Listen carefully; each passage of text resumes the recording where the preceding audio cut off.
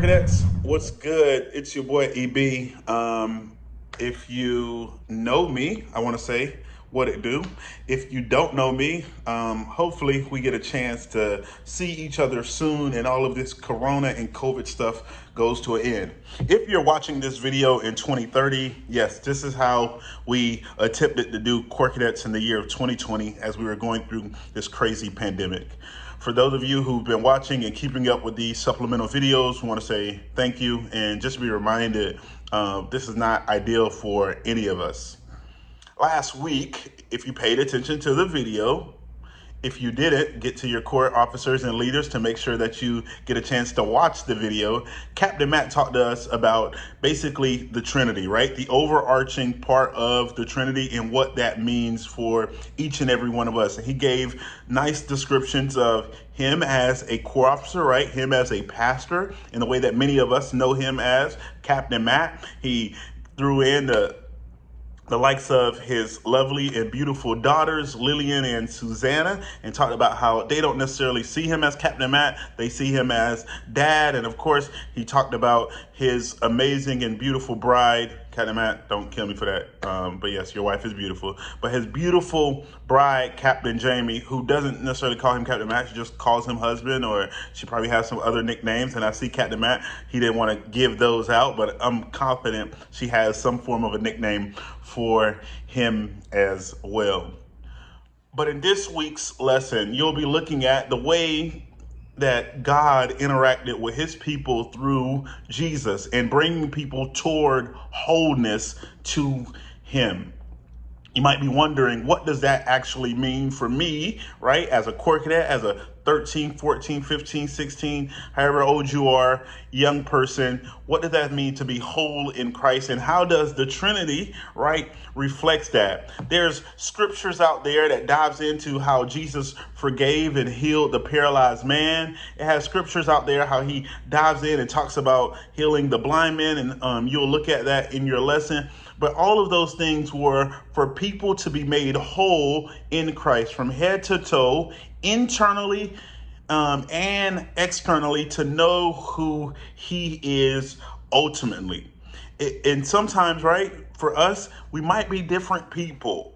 Right? When we're at school, we might act one way. When we're in the house, we might act one way. When we're at the Corps, right? When we're in our church building, we may act another way. When we're on the van or the bus on our ride home or to church, we might act a certain way. And that's not the way that God created any of us. He wanted all of us to be, in a sense, moving forward toward wholeness, the theme for this week, and making sure that everything we do reflects who he is, reflects what he has created us to be, to mark out, right? We all have God's will in our life. He has a race marked out for each and every one of us, and he wants us to fulfill that race. He wants us to fulfill that task, and you can't fulfill that task if you're split in a million different ways. And what I mean by that is if you're living life as a hypocrite, as if something goes wrong, right? The same way you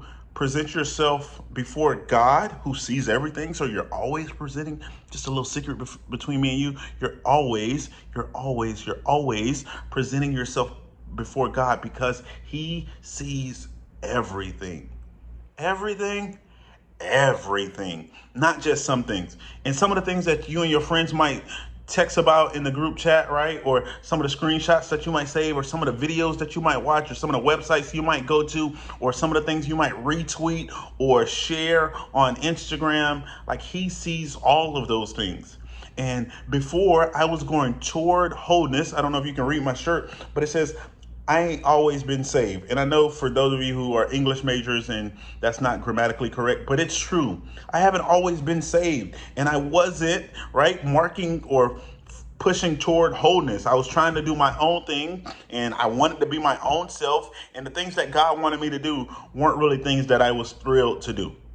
But then, similar to so many others within scriptures, so many others in your life, so many people who God has, I guess you could say, inspired to live a life of holiness and wholeness, we came to know who he truly was and what he has desired for each and every one of us.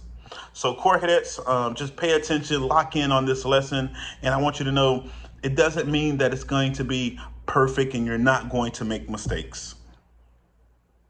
But it does mean that each and every day you're etching and aiming forward in an eagerness, right? In an eagerness to know him more and to make his will known to others through the acts and kindness and the love that you share with those people you come into contact with.